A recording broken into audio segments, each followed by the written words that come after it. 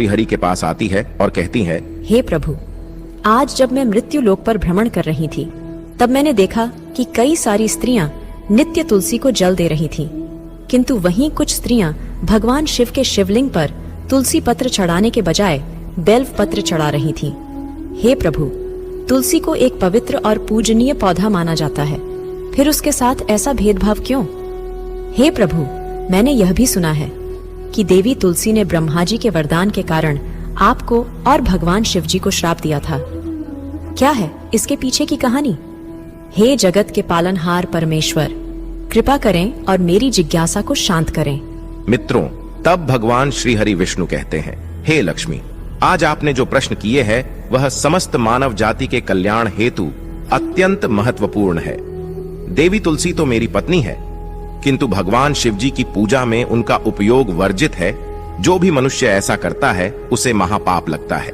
तथा वहीं शंख मेरी प्रिय वस्तु है, किंतु भगवान शिव जी की पूजा में उसे भी वर्जित माना जाता है। हे लक्ष्मी, आज मैं आपको एक रहस्यमयी कथा सुनाने जा रहा हूं, जिसे सुनने मात्र से सभी भक्तों की हर मनोकामना पूर्ण हो जाती है, उसके पाप नष्ट हो जाते हैं तथा मृत्यु के बाद उस मनुष्य को परम मोक्ष की प्राप्ति होती है। हे देवी लक्ष्मी, मेरा आपसे निवेदन है कि आप इस कथा को पूरा ध्यान से सुने और मानव जाति के कल्याण हेतु इसका प्रसार करें। तब माता लक्ष्मी कहती है, हे प्रभु, आपकी कथा का श्रवण करना मेरा और समस्त मानव जाति का सौभाग्य है। कृपा करें और आप इस पवित्र कथा को कहें। मित्रों, भगवान श्रीहरि कहते हैं, हे लक्ष्मी, पूर्व काल की बात है।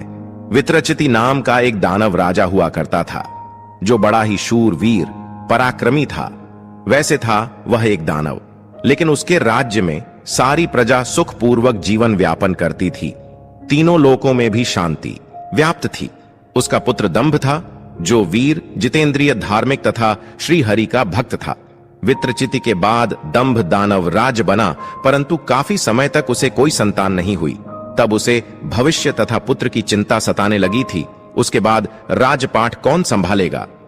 फिर उसने दैत्य गुरु शुक्राचार्य को गुरु बनाकर उनसे श्री कृष्ण मंत्र प्राप्त किया और पुष्कर में जाकर घोर तपस्या करने लगा।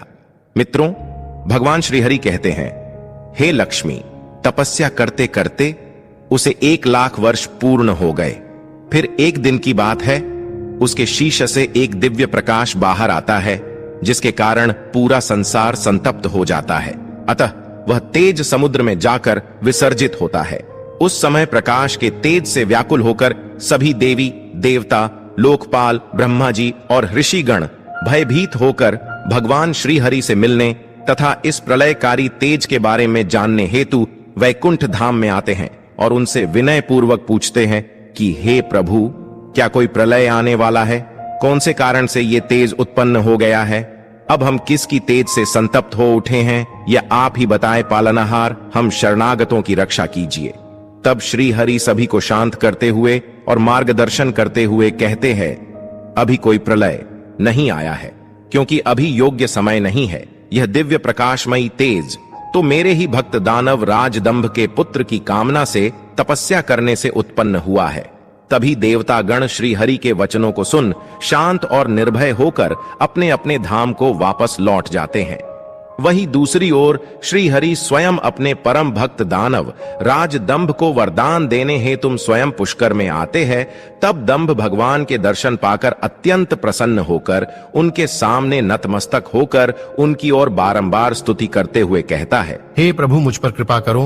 आप मुझे एक पुत्र प्राप्ति का वरदान दो, जो कि तीनों लोकों में अपना नाम अलौकिक करें। तब श्री हरि उसे वरदान देकर वहां से अंतर्ध्यान हो जाते हैं। मित्रों, भगवान श्रीहरि कहते हैं, हे लक्ष्मी, वरदान के चलते दानवराज दंभ की पत्नी गर्भवती हो गई और उस समुद्र से निकले तेज के कारण एक पुत्र का जन्म हुआ। अपने घर में पुत्र होने के कारण दंभ की खुशियों का कोई ठिकाना न रहा। उसने बड़े बड़े यज्ञ मांगलिक कार्य करते हुए विधिपूर्वक जात कर्म संस्कार संपन्न किए और पुत्र का नामकरण किया। वह अत्यंत सुंदर बालक था, जिसका तेज समुद्र के दिव्य शंख के समान था। इसीलिए दैत्य गुरु शुक्राचार्य ने उसका नाम शंखचूड़ रखा। उसी का दूसरा नाम जालंधर था। उस बालक ने बचपन में ही सभी प्रकार की विद्याओं को ग्रहण कर लिया और जब युवा अवस्था में आया तब दैत्य गुरु शुक्राचार्य और जयगीव अव्य मुनि के उपदेश से पुष्कर में जाकर भगवान ब्रह्मा जी की घोर तपस्या करने लगा। फिर 100 वर्षों तक घोर तपस्या के कारण ब्रह्मा जी प्रसन्न होकर स्वयं शंखचूड़ के सामने प्रकट हुए। ब्रह्मा जी के प्रकट होने पर शंखचूड़ ने उनकी स्तुति करते हुए अत्यंत नम्रता से उन्हें अभिवादन किया और विनम्रता से उनसे वर मांगते हुए कहा, हे प्रभु, मुझे ऐसा वरदान दे कि जिस कारण से मैं तीनों लोकों में अजय बन जाऊं। तब ब्रह्मा जी प्रसन्न होकर बोले, तथास्तु, ऐसा ही होगा। फिर उन्होंने एक श्री कृष्ण यंत्र प्रदान किया जो सर्वत्र विजय प्रदान करने वाला था। तत्पश्चात ब्रह्मा जी ने उसे आज्ञा दी कि तुम बद्री धाम को जाओ। वही धर्मध्वज की कन्या वृंदा है जो एक तपस्विनी है, उसके साथ विवाह कर लो। इतना कहकर ब्रह्मा जी अंतर्ध्यान हो गए। फिर उसने वही मंगल स्वरूप यंत्र को परिधान कर लिया और बद्रीधाम की ओर निकल पड़ा। मित्रों, भगवान श्रीहरि कहते हैं, हे लक्ष्मी, देवी वृंदा मेरी परम भक्त भी थी और वह मन ही मन श्री कृष्ण रूप से प्रेम करती थी। धर्मध्वज की सुंदर पुत्री वृंदा अपने महल के वन में तपस्या में लीन थी। उसी समय शंखचूड़ प्रकट हुआ और वृंदा की प्रशंसा कर उसे अपने प्रेम जाल में लुभाने की कोशिश करने लगा। तभी वृंदा ने क्रोधित उससे कहा, हे भद्र पुरुष, तुम यहाँ से चले जाओ, यही तुम्हारे लिए उचित है, वरना मैं श्राप देकर तुम्हें भस्म कर दूंगी। तुलसी के मुख से ऐसे बातें सुन शंखचूड़ कहता है, हे सुंदरी, क्या तुम मुझे नहीं जानती हो अथवा तुमने कभी मेरा नाम नहीं सुना? अरे, मैं देवताओं में भय उत्पन्न करने वाला शंखचूड़ दानव हूं। पूर्व जन्म में मैं श्री कृष्ण का पार्षद सखा था और मेरा नाम सुदामा गोप था। इस समय में देवी राधा के शाप के चलते दानव की योनि में जन्म ले चुका हूं। मुझे ये सारी बातें का श्री कृष्ण के प्रभाव से पूर्व जन्म का स्मरण हुआ है और परम पिता ब्रह्मा की आज्ञा से मैं यहां तुमसे विवाह करने आया हूं। शंखचूड़ ने भगवान ब्रह्मा जी के द्वारा यहां भेजे जाने की बात की। तब वृंदा का क्रोध शांत हुआ और उसने अंतर्मन से ब्रह्मा जी को याद किया। उसी समय ब्रह्मा जी भी वहां प्रकट हो जाते हैं। मित्रों, भगवान श्रीहरि कहते हैं, हे लक्ष्मी, वृंदा और जालंधर के एक दूसरे के प्रति व्यवहार को देख उन्हें समझाते हुए ब्रह्मा जी कहते हैं, हे वत्स शंखचूड़, तुम इसके साथ क्या व्यर्थ में वाद विवाद कर रहे हो? तुम दोनों गंधर्व विवाह की विधि से एक दूसरे को ग्रहण करो, क्योंकि निश्चय ही तुम पुरुष रत्न हो और वृंदा सती साध्वी नारियों में रत्न स्वरूपा है। ऐसी दशा में निपुण का अति निपुण के साथ समागम गुणकारी ही होगा। फिर ब्रह्मा जी ने तुलसी से कहा, हे सती साध्वी वृंदा, तुम ऐसे गुणवान पुरुष की क्या परीक्षा ले रही है? यह तो देवताओं और असुरों तथा दुष्टों का मान मर्दन करने वाला है। हे सुंदरी, तुम इसके साथ संपूर्ण लोकों में सर्वथा उपयुक्त स्थानों पर चिरकाल तक पतेष्ठ करोगी। इतना ही नहीं, मृत्यु के बाद यह पुनः श्री कृष्ण के धाम गौलोक को ही प्राप्त होगा और इसकी मृत्यु हो जाने पर तुम भी वैकुंठ में स्वयं की इच्छा अनुसार चतुर्भुज भगवान श्री हरि के धाम को प्राप्त करोगी। इतना कहकर ब्रह्मा जी अपने धाम को चले गए। मित्रों, भगवान श्री हरि कहते हैं, हे लक्ष्मी, ब्रह्मा जी के कहे अनुसार शंखचूड़ और तुलसी गंधर्व विवाह कर लेते हैं और वे दोनों ही एक दूसरे के साथ अपने महल में प्रेम पूर्वक विहार करने लगते। फिर कुछ समय के पश्चात दैत्य गुरु शुक्राचार्य ने शंखचूड़ को दैत्यों का राजा बना दिया। ब्रह्मा जी के वरदान के कारण और दानवों के उकसाए जाने पर शंखचूड़ को अहंकार हुआ और उसने देवताओं पर आक्रमण कर दिया, जिसके चलते उसके सामने सभी देवता गण परास्त होकर भाग खड़े हुए। ऐसी दुर्दैवी विपत्ति को देख देवी भद्रकाली अपनी दिव्य शक्तियों के साथ युद्ध करने रणभूमि में उतरी। उसके बाद दोनों में भयंकर भीषण युद्ध शुरू हो गया। कुछ ही समय पश्चात युद्ध भूमि में आकाशवाणी हुई कि हे देवी, आप शंखचूड़ को युद्ध में पराजित नहीं कर सकती हैं। यह तुम्हारे लिए अवैध है, क्योंकि जब तक शंखचूड़ के शरीर पर यह श्री कृष्ण कवच है और इसकी पत्नी वृंदा का सतीत्व अखंडित है, तब तक इसे रणभूमि में कोई भी नहीं हरा सकता। मित्रों, भगवान श्रीहरि कहते हैं, हे लक्ष्मी, ये सुनते ही भद्रकाली भगवान शिव जी के पास पहुंची और उन्होंने आकाशवाणी की सभी बातें बताई।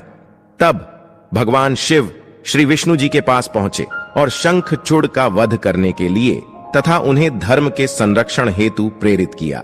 फिर शिव की आज्ञा से श्री हरि शंखचूड़ के राज्य को चल पड़े।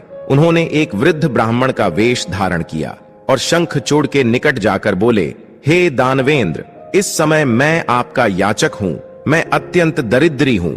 अगर तुम अपने अतिथि धर्म का पालन करने का वचन दे दो तो मैं तुमसे वर के रूप में एक वस्तु दान में मांगता हूँ। एक ब्राह्मण की याचना को सुन शंखचूड़ ने उन्हें वचन दे दिया।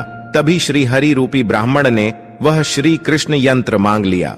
मित्रों, भगवान श्री हरि कहते हैं, हे लक्ष्मी, वचनबद्ध होने के कारण उसने उन्हें वह दिव्य यंत्र दान में दे दिया। वहीं जब महल से बाहर निकलते ही श्री हरि ने शंखचूड़ का वेश धारण करते हुए वृंदा के महल में प्रवेश किया। वृंदा के द्वार के निकट जय जयकार से वृंदा को शंखचूड़ के आगमन की सूचना मिली। तब वह उनसे मिलने के लिए दौड़ते हुए आकर उनके गले लग गई। फिर श्रीहरि रूपी शंखचूड़ और वृंदा ने प्रेम संबंध स्थापित करते हुए मिलन किया। वहीं दूसरी ओर भगवान शिवजी ने क्रोधित होकर शंखचूड़ का युद्ध परास्त करते हुए वध कर दिया। किंतु कुछ समय रमण करने के पश्चात देवी तुलसी के मन में संदेह उत्पन्न होने पर वह शंखचूड़ रूपी श्रीहरि से पूछने लगी, तुम कौन हो दुष्ट? मुझे शीघ्र बताओ कि माया द्वारा मेरा उपभोग करने वाला तू कौन है? आज तूने मेरा सतीत्व नष्ट कर दिया, अतः मैं अभी तुझे शाप देती हूँ। उसके बाद तुलसी के कठोर वचन सुनकर श्रीहरि अपने वास्तविक रूप में आ गए। तब उनका रूप देखकर वृंदा ने लक्षणों से पहचान लिया कि यह साक्षात श्री विष्णु है, परंतु उसका पतिव्रता धर्म नष्ट हो चुका था। इसलिए वह कुपित होकर विष्णु जी से कहने लगी, हे विष्णु, तुम्हारा मन पत्थर के समान कठोर है, तुम में लेश मात्र भी दया नहीं। मेरे पतिव्रता धर्म के भंग हो जाने से निश्चय ही मेरे स्वामी मारे गए होंगे, जो कि अब तुम पाषाण सदस्य के समान कठोर, दया रहित और दुष्ट हो। इसलिए अब तुम मेरे शाप से पाषाण स्वरूप ही हो जाओ। इतना कहकर शंखचूड़ की वह सती साध्वी पत्नी वृंदा फूट फूट कर रोने लगी और शोकाकुल होकर विलाप करने लगी। मित्रों, भगवान श्रीहरि कहते हैं, हे लक्ष्मी, इतने में वहां भक्तवत्सल भगवान शंकर ब्रह्मा जी के साथ प्रकट हुए और उन्होंने वृंदा को समझाते हुए कहा, हे देवी, अब इस मानव रूपी दुख को दूर करने वाली मेरी बात ध्यान से सुनो और श्रीहरि भी स्वस्थ मन से श्रवण करे, क्योंकि तुम दोनों के लिए जो सुख कारक है वही मैं कहूंगा। हे वृंदा, तुमने जिस मनोरथ को लेकर तप किया था, उस तपस्या का फल भला विफल कैसे हो सकता है? इसलिए तो उसके अनुरूप ही फल प्राप्त हुआ है। अब तुम मनुष्य शरीर को त्याग कर दिव्य देह धारण कर लो और लक्ष्मी के समान वैकुंठ में नित्य से विहार करो। अब तुम स्वयं श्रीहरि की पत्नी बन चुकी हो और श्रीहरि भी इस बात को स्वीकार करेंगे। अब तुम यहाँ तुम्हारा मानव रूपी शरीर छोड़ दो, वह नदी के रूप में परिवर्तित हो जाएगा। वह नदी भारतवर्ष में पुण्य रूपा से गंडकी के नाम से प्रसिद्ध होगी। तुम्हारे तेज के कारण एक पवित्र पौधा उत्पन्न होगा, जिसे तुलसी के नाम से जाना जाएगा। हे महादेवी, कुछ काल के पश्चात मेरे वर के प्रभाव से पूजन सामग्री में तुलसी का प्रधान स्थान होगा। हे सुंदरी, तुम स्वर्गलोक में, मृत्युलोक में तथा पाताल में सदा श्री हरि के निकट ही निवास करोगी। यह मेरा तुम्हें वरदान है। तुम वैकुंठ में दिव्य रूप धारिणी वृक्ष अधिदेवता श्रीदेवी बनकर श्रीहरि के साथ विहार करोगी। भारतवर्ष में नदियों की अधिष्ठात्री देवी होगी। वह परम पुण्य प्रदान करने वाली होगी और तुम्हारे शाप के कारण श्री हरि पाषाण रूपी उसी नदी के तट पर रहेंगे, जिसे शालिग्राम शिला के नाम से जाना जाएगा। बहुत प्रकार के पुण्यों की वृद्धि करने वाला जो शालिग्राम शिला के ऊपर से तुलसी पत्र को रखता है, उनके समस्त पाप दूर होंगे। मित्रों, भगवान श्रीहरि कहते हैं, हे लक्ष्मी, अब मैं आपके प्रश्नों के उत्तर देता हूं। तुलसी विष्णु प्रिया है, इसलिए उनका शिव जी के पूजा में उपयोग करना वर्जित है। और वहीं भगवान शंकर ने शंखचूड़ दानव का वध करने के पश्चात उसकी हड्डियां स्वर्ग से समुद्र में जा गिरी। वहीं श्री कृष्ण के तेज से उन हड्डियों से शंख की निर्मिति हुए है। हे लक्ष्मी, इसलिए भगवान शिव जी की पूजा में इनका उपयोग करना वर्जित है और तुलसी तथा शंख मेरे प्रिय है। जो भी भक्त नित्य तुलसी को जल देता है, उसके समस्त पाप नष्ट हो जाते हैं। कोई भी मनुष्य तुलसी में शालिग्राम शिला रखकर उसकी नित्य पूजा एवं जल अर्पित करता है। मैं उन्हें मृत्यु के बाद इस जन्म जन्मांतर के कष्टों से मुक्ति देकर परम मोक्ष प्रदान करता हूं। हे देवी लक्ष्मी, अब मैंने आपके सारे प्रश्नों के उत्तर दिए हैं। तो मित्रों, दूसरे भाग के लिए हमारे साथ बने रहिए हमारे धर्म ग्रंथ कथाओं के चैनल 18 पुराणों पर। यह कथा और वीडियो अच्छा लगा तो लाइक करें और चैनल को सब्सक्राइब करें। साथ ही कमेंट में हर हर महादेव और जय श्री हरि विष्णु जरूर लिखें। आप सभी का धन्यवाद।